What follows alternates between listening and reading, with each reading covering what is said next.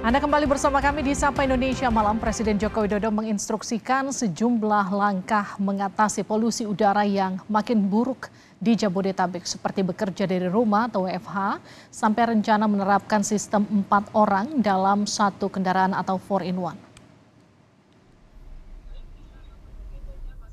Kualitas udara di Jabodetabek yang buruk belakangan ini menjadi perhatian serius Presiden Joko Widodo.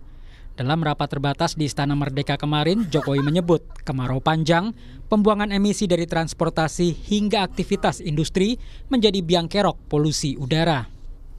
Memang terdapat beberapa faktor yang menyebabkan situasi ini, antara lain kemarau panjang selama 3 bulan terakhir yang menyebabkan peningkatan konsentrasi polutan tinggi, serta pembuangan emisi dari transportasi, dan juga aktivitas industri di Jabodetabek, terutama yang menggunakan batu bara di sektor industri manufaktur. Data indeks kualitas udara yang dirilis iqair.com memperlihatkan hingga Selasa jam 16 waktu Indonesia Barat, indeks kualitas udara Jakarta rata-rata menunjukkan 163 atau berbahaya bagi kelompok masyarakat sehat. Sementara di akhir pekan 12 dan 13 Agustus 2023, indeks kualitas udara Jakarta masing-masing 148 dan 133 atau berbahaya bagi kelompok sensitif. Semakin tinggi indeksnya, makin menunjukkan buruknya kualitas udara. Sementara konsentrasi partikel PM 2,5 di udara Jakarta pada hari ini tercatat 58,7 mikron per meter kubik. Angka ini 11,7 kali lebih tinggi dari rekomendasi kualitas udara tahunan WHO. Organisasi Kesehatan Dunia mencatat dampak polusi udara bagi kesehatan beragam, mulai dari gangguan sistem saraf pusat akibat partikel kotor di udara akibat industri. Bisa juga menimbulkan sakit kepala dan kecemasan. Iritasi mata, hidung, dan tenggorokan bisa terjadi karena asap dari industri dan kendaraan bermotor. Yang paling parah, polusi udara bisa menyebabkan kanker paru-paru hingga penyakit jantung. Yang juga terdampak adalah gangguan pada hati, limpa, darah, serta kerusakan fungsi paru-paru dan gangguan sistem reproduksi. Juru kampanye iklim dan energi Greenpeace, Bondan Adrianu, menjelaskan buruknya kualitas udara di Jakarta tak lepas dari sumber pencemaran yang tak terpantau, seperti transportasi dan industri. Dari sumber gas yang bisa jadi itu berasal dari luar Jakarta. Misalnya, contohnya adalah industri dari sekitar Jakarta atau juga termasuk pembangkit PLT batubara. Karena kita temukan dari riset yang disajikan oleh Center of Research Energy and Clean Air itu menyatakan bahwa ternyata SOx dari industri PLT Suralaya yang ada jauh di Jakarta itu bisa sampai ke Jakarta pada musim-musim dan waktu-waktu tertentu. Jokowi memberikan sejumlah perintah untuk menangani buruknya kualitas udara Jabodetabek. Salah satunya mendorong work from home (WFH) untuk karyawan perkantoran atau dilakukan secara hybrid dengan skema WFH dan work from office atau WFO. Dan jika diperlukan, kita harus berani mendorong banyak kantor melaksanakan hybrid working, work from office, work from home. Mungkin saya nggak tahu nanti dari kesepakatan di rapat terbatas ini, apakah 7525 atau angka yang lain. Sementara Menteri Perhubungan Budi Karya Sumadi mempertimbangkan penerapan sistem 4-in-1 mengisi satu mobil dengan 4 orang untuk mengatasi polusi udara Jabodetabek. Yang kedua berkaitan dengan utilisasi daripada kendaraan. Utilisasi kendaraan ini banyak yang menggunakan 1 orang atau maksimal 2 orang. Nah, oleh karenanya dipertimbangkan untuk membuat 3-in-1 itu menjadi 4-in-1. Jadi katakanlah mereka yang dari Bekasi, dari Tangerang, dari Depok, mereka bersama-sama ke kantor, gantian mobilnya, sehingga jumlahnya akan menurun. Direktur Eksekutif Walhi Zenzi Suhadi menyebut pemerintah perlu memetakan sumber polutan karena tingginya indeks kualitas udara tak hanya disebabkan kendaraan bermotor saja.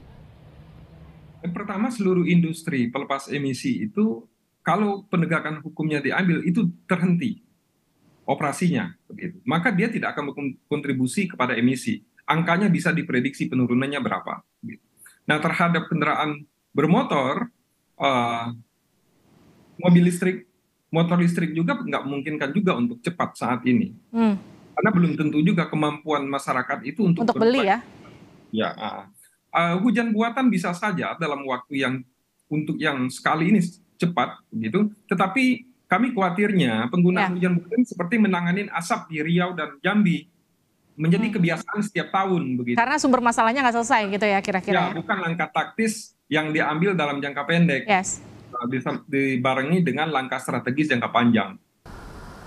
Harus ada tindakan tegas dari pemerintah untuk membatasi kendaraan pribadi di Jabodetabek, serta evaluasi perizinan industri yang ada di sekitar Jakarta, demi mengurangi polusi udara di ibu kota dan sekitarnya. Tim Liputan Kompas TV. Kualitas udara di Jakarta dan sekitarnya makin tidak sehat. Kondisi ini menjadi perhatian serius Presiden Joko Widodo yang menyebut polusi udara dipicu asap kendaraan bermotor dan industri yang ada di sekitar Jakarta. Apa cara ini jitu mengurangi polusi udara di ibu kota dan sekitarnya? Kita akan bahas bersama Direktur Pengendalian Pencemaran Udara Kementerian Lingkungan Hidup dan Kehutanan, Lukmi Wulandari, serta pengamat tata kota Nirwono Yoga. Selamat malam Bu Lukmi, selamat malam Pak Nirwono.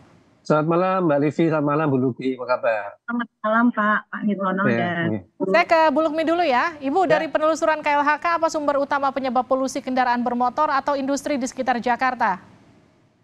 Ya, yang berdasar kajian kami kendaraan bermotor dan juga industri, tapi lebih banyak dari dominannya lebih ke kendaraan bermotor. Bu Lukmi, kalau kendaraan bermotor ini kan artinya harusnya tingkat separah ini tidak terjadi baru sekarang, tapi juga sudah beberapa waktu yang lalu begitu. Karena kan kalau kita bicara soal jumlah kendaraan bermotor, mungkin naiknya tidak terlalu signifikan dari bulan per bulan begitu. Tapi kenapa sekarang begitu luar biasa pencemaran udaranya, Bu? Iya, kualitas udara itu dipengaruhi banyak faktor. Ada yang faktor bisa dikendalikan, yaitu dari sumber kendaraan bermotor, industri, dan sebagainya itu bisa dikendalikan karena aktivitas kita. Namun juga dipengaruhi oleh faktor-faktor lain yang bisa saling menguatkan, yaitu arah angin, kecepatan angin, musim itu juga mempengaruhi, dan juga topografi dan landscape kota itu mempengaruhi. Itu penyebabnya. Jadi kalau tahun atau bulan-bulan seperti ini ketika musim kemarau, jadi musim juga mempengaruhi. Saat ini musim kemarau bertiup arah angin dari timur ke barat atau kita sebut dengan angin muson timur, ini selalu berpengaruh. Berdasar pengamatan kami pada bulan-bulan Juni, Juli, Agustus ini biasanya lebih buruk kualitas udaranya. Jadi seperti itu. Tapi pernah nggak seburuk tahun ini, Bu?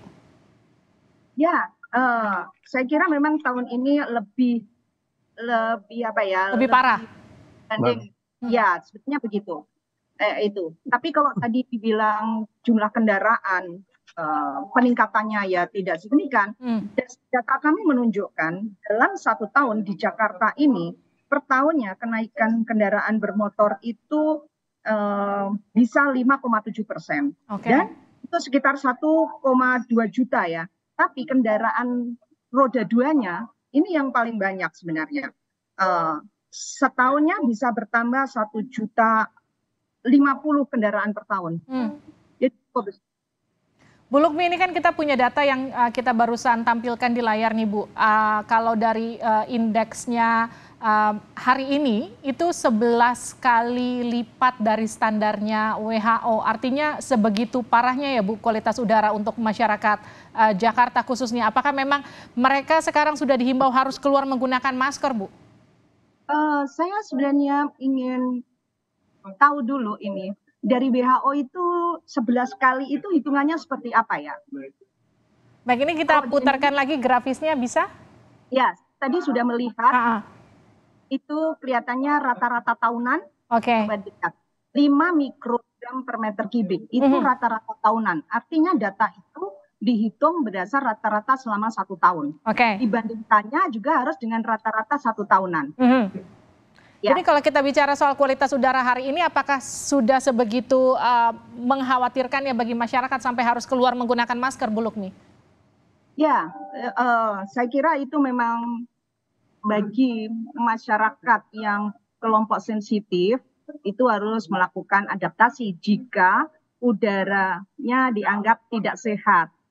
Tidak sehat. Dasarnya kenapa penghitungan tidak sehat itu dasarnya kalau di Indonesia ada namanya Indeks Standar Pencemar Udara atau ISPU. indeks standar pencemaran udara, ada pengaturannya. Dan yang dimaksud di dalam ISPU itu ada kriterianya. Alat itu dipasang di mana dan alatnya seperti apa. Ada kriterianya di Peraturan Menteri LHK nomor 14 tahun 2020. Jadi tidak sembarang alat itu dipasang. Ya, ini yang harus diketahui karena judulnya adalah udara ambien, yaitu udara yang memang diperuntukkan untuk mengukur kualitas udara yang kita hidup secara normal, bukan di posisi-posisi penempatannya misalnya di tempat dekat pembakaran sampah, di dekat terobong knalpot. Ini penting. Dan saya mau mengklarifikasi tadi, kalau itu 11 kali dari data WHO, berarti kan WHO rata-rata tahunan kan 5 mikrogram per meter kubik, rata-rata WHO. Kalau di Indonesia rata-rata tahunannya adalah 15. Dan kembali lagi yang diukur yang dibandingkan harusnya angka dari rata-rata selama setahun. Rata-rata per tahun ya? Oke. Iya. Ya. Baik, saya ke Pak Nirwono. Pak Nirwono, sudah perlukah ditetapkan status bahaya pada kondisi udara di Jakarta? Ya, kalau pakai 3 hasil kesimpulan dari Dinas Lingkungan Hidup dan Dinas Perhubungan DKI Jakarta ya pada waktu Juli lalu, itu ada 3. Yang pertama adalah laporan dari Dinas Kesehatan yang melaporkan rata-rata pasien yang terdampak sakit asma ya, itu menunjukkan tren kenaikan ya. Juli itu sudah di angka 100.000 ya. Dan bulan Agustus ini di awal ini sudah mulai menuju ke angka 110.000. Artinya ada peningkatan.